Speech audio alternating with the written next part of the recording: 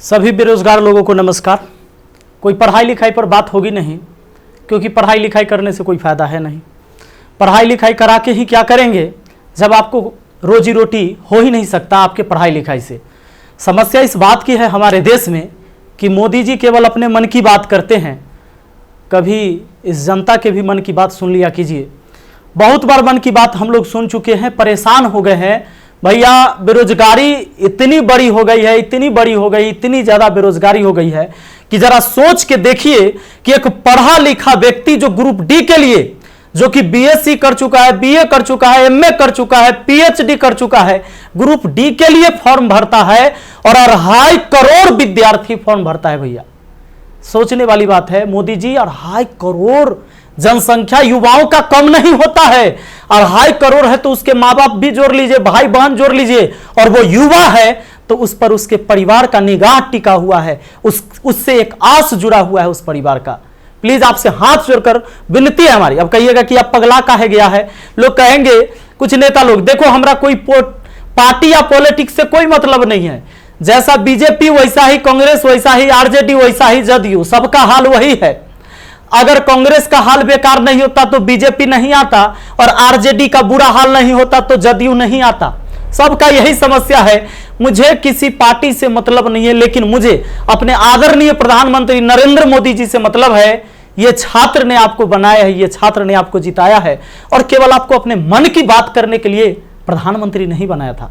कहेंगे कि तुम्हारा क्या जाता है भैया, तो आपको पता है जब आप देश के खातिर अगर कोई भी चीज युवाओं से आप कहते हैं कि भाई योगदान करो, अभी कोरोना वायरस के समय सब लोगों ने आपका योगदान किया, मैंने भी किया, 1 लाख रुपए डोनेट किया था। मेरा अधिकार बनता है कि मैं आपसे सवाल पूछूं। मीडिया वाले आपसे नहीं पूछेंगे, क्योंकि मीडिया वाले आपके हिसाब से चलते हैं।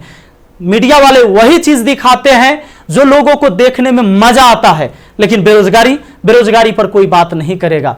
व्यू नहीं होंगे इसलिए बेरोजगारी पर बात नहीं होगा। उसको चर्चा केवल चाहिए कि रिया चक्रवर्ती किसके साथ आज घूम रही है, कल कहां सोई थी, परसों कहां सोएगी। रिया चक्रवर्ती के बारे में ही केवल चर्चा होगा। लोगों को मजा आता है, उस पर व्यू होता है तो वीडियो उसी पर बनता है, उसी पर लोग चर्चा करते हैं, क्योंकि चैनल का टीआरपी बढ़ते रहे। और ये मजबूरी है हमारी कि एडुकेशन चैनल वाले अब पढ़ाई न करवा के ये सब चीजें पर उतर गए हैं। मैं आपको आज बहुत सारी बातें बताने वाला हूं, करने वाला हूं। जो भी लोग हैं जिनको परेशानी हो, क्षमा चाहते हैं। अब परेशानी हुई है तो क्या कर लीजिएगा, हमको इतना ही कर दीजिएगा। कभी गोली मार देगा कोई तो याद रखिएगा, इतिहास जब लिखा जाएगा तो मरने वालों में लिखा जाएगा, भागने वाले और बिकने वालों में नहीं होगा। सीधी सी बात है। अब ये बेरोजगारी की आलम यह है भैया कि अब आपको बता देते हैं, पढ़े लिखे लोग 2.5 करोड़ स्टूडेंट जो रेलवे का फॉर्म भरता है, जिसमें 500 रुपए सरकार लेती है। इस तरह से टोटल 12.5 अरब होता है रुपया, यानी कि 12 अरब 50 करोड़। बात समझ में आ रहा है? हमें समझ में आ रहा है, क्योंकि मैथ का मैं टीचर हूं तो मुझे समझ में आता है। हमारा गांव में 5 रुपए ब्याज चलता है मोदी जी, 5 रुपए सैकड़ा महीना का ब्याज चलता है।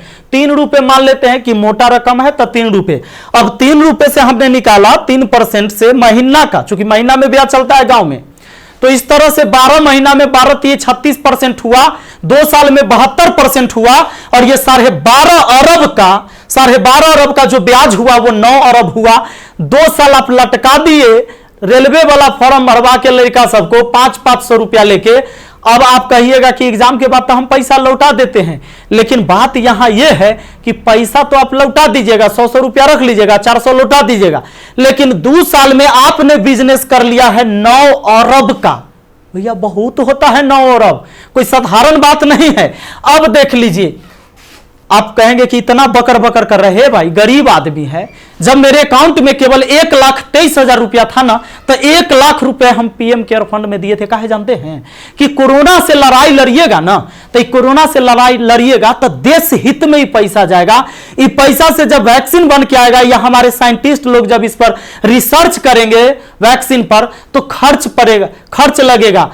तो आदमी किसके पास जो औकात था, 1 रुपया, 11 रुपया, 100 रुपया, 50 रुपया, 1 करोड़, 500 करोड़, 1000 करोड़ लोगों ने योगदान दिया, जिनसे जो हो सका। पूरा देश आपके साथ खड़ा था। आपके साथ खड़ा था। और याद रखिएगा कि ये युवा बेरोजगार रहेगा तो आपके विरुद्ध खड़ा होगा, भैया तख्ता पलट जाएगा। ये बात पक्का सुन लीजिए। कहा कि आज हम दिल से बात कर रहे, दिल से बात किए थे तब ना मदद किए थे। अब देख लीजिए 30 मार्च को मैंने योगदान दिया था 1 करोड़ रुपए। हमारा तब पागलपन चढ़ल था। हम तो अपन गलती का पश्चाताप जूता से मार के करते हैं, लेकिन याद रखिएगा कि जूता उस नेता को भी पड़ेगा जो वोट मांगने आएगा हमारे यहां। याद रखिएगा, ये पूरा देश में अब बवाल होने वाला है। अगर सही टाइम से एग्जाम नहीं लीजिएगा, युवाओं को रोजगार नहीं मिलेगा, तब आपके मन की बात नहीं होगी। हमेशा ये जनता के भी मन की बात होनी चाहिए। यहां पर आप नहीं, आपको पता चले तो जिन लोगों को बुरा लगता होगा सर्च कर लीजिएगा, प्रधानमंत्री राहत कोष में 1 लाख रुपए का योगदान दिया। मैथ मस्ती लिखिएगा, ये लाइन लिखिएगा, मैथ मस्ती लिखिएगा, जरूर आ जाएगा, आपको पता चल जाएगा। हमारा घर भी करकट का है और फिर भी अकाउंट में 1,23,000 था, 1 लाख रुपया डोनेट किए थे ताकि हमारे देश में खुशहाली आए और इस कोरोना वायरस से हमारा देश लड़े। ए भाई, वो बच्चा के पैसा दिया हुआ है जो हम पढ़ाते हैं ना, वो वीडियो देखता है ना, वो व्यू होता है, उसे पैसा आता है, वो पैसा हम आपको दिए थे। पाप लगेगा ना, तो तनी ध्यान दीजिए यहां पर। ये देखिए, कहते हैं कथी कि स्थानीय खिलौने बनाकर आत्मनिर्भर भारत बनाइए। खिलौना तो हम बनल है, जैसे मन होता है आप खेल रहे हैं, जो आप कह रहे हैं लोग वही कर रहा है। अब हम कौन खिलौना बने? खिलौना तो जनता बन चुका है आप लोगों का। यह हमारे मोदी जी थे, ये हमारे नीतीश बाबू हैं। इनका चाल सुनिएगा, इनका चाल क्या है। अभी जब चुनाव आने वाला है तो बिहार पुलिस के बहाली निकाल देंगे। बिहार पुलिस के बहाली निकाल देंगे तो भारी संख्या में एग्जाम को करवा लेंगे, रिजल्ट नहीं देंगे। अब एग्जाम दे के लड़का फसल है कि अगर नीतीश जी नहीं आते हैं तो फिर आगे रिजल्ट नहीं आएगा, कोई ना कोई बवाल। चूंकि बिहार में कोई एग्जाम जो है ये ना है कि साफ सुथरा से हो। आप देख रहे हैं बिहार एसएससी का एग्जाम कितना साल में हुआ है। आदमी बूढ़ा गया, जवानी में दिया था एग्जाम और रिजल्ट आते थे बूढ़ा जाएगा। अब चूंकि बिहार में एग्जाम ऐसी होता है तो ये क्या होगा कि रिजल्ट होगा चुनाव के बाद, मजबूरन फिर नीतीश कुमार जी को चुनेंगे। शिक्षक के बहाली आ जाएगा, बिहार पुलिस के बहाली आ जाएगा, सारे बहाली, दरोगा सब के बहाली आएगा। ये कब होगा? चुनाव के टाइम में भैया। तो नीतीश जी का जो ये था, इसमें इन्होंने कहा कि नल जल का रख रखाव करने के लिए बाडो को 2-2 हजार रुपया मिलेगा। हे प्रभु, ये 2-2 हजार कहला दे रहे हैं, नल जल के दशा दिखा दें। 33,000 करोड़ 33,000 करोड़ रुपया आपने बिहार में नल जल पर खर्चा कर दिया। आज आपको असलियत हम दिखाते हैं, इस वीडियो में देखिएगा आप लोग जरूर। इस वीडियो को इतना शेयर करिएगा कि मुख्यमंत्री से लेकर प्रधानमंत्री तक पहुंचना चाहिए, बिल्कुल पहुंचना चाहिए कि हमारे जहां से हम हैं वहां की स्थिति आपको दिखा देते हैं कि नल जल का स्थिति क्या है। बेरोजगारी तो भैया आपने ऐसी पहुंचा दिया है यहां पर कि लोग अब कुछ करने लायक नहीं है। आप अगर आत्मनिर्भर बनाना था, खिलौना बनाना ही था, ये कहेला पढ़वा रहे हैं, शुरू से खिलौने बनवाते। कहेला 500 रुपया लेके फॉर्म भरवा लिए और 2 साल में 9 अरब आप ब्याज कमा लिए। प्रभु क्षमा कीजिए, प्रभु इस पर कोई उपाय कीजिए, वरना आपकी तख्ता पलट जाएगी। और सारे विद्यार्थी, जितने भी छात्र हैं, मैं आप सबसे अपील करता हूं, इस वीडियो को शेयर करिए, जितना ज्यादा शेयर हो।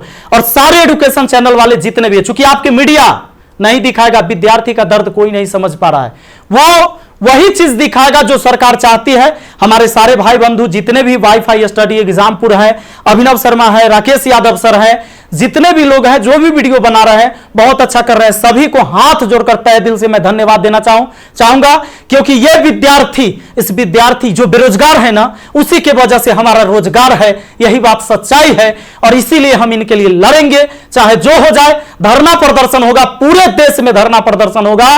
और जहां ये 2.5 करोड़ विद्यार्थी सड़क पर उतर गया तो सुन लीजिए, ये बिहार से लेकर दिल्ली तक हिलेगा, ये बात निश्चित है। एक साथ हम हैं, सबके साथ हैं। सारे छात्र आंदोलन करने के लिए तैयार रहिए। एसएससी टाइम से एग्जाम नहीं लेती है। एक तो आप वैकेंसी ही कम निकालते हैं, अब वैकेंसी कम निकालते हैं तो जो निकालते हैं ओकर तक कम से कम एग्जाम ले लीजिए, सही से रिजल्ट ले लीजिए, सही से रिजल्ट दीजिए और एग्जाम सही से ले लीजिए, टाइम से ले लीजिए। एक शेड्यूल बना दीजिए, जैसे मैट्रिक का एग्जाम होता है, 12th का एग्जाम होता है कि इस महीने में होगा, इस महीने में रिजल्ट होगा। उसी तरह एसएससी का भी एग्जाम होना चाहिए, रेलवे का भी एग्जाम होना चाहिए। आपको जितने सीट पर लेना है, लेकिन इसका एक टाइम फिक्स होना चाहिए। कितने इस महीने में एग्जाम होगा, इस महीने में रिजल्ट आएगा, इस महीने तक ज्वाइनिंग होगा, ताकि अंधेरे में लोग ना जिए।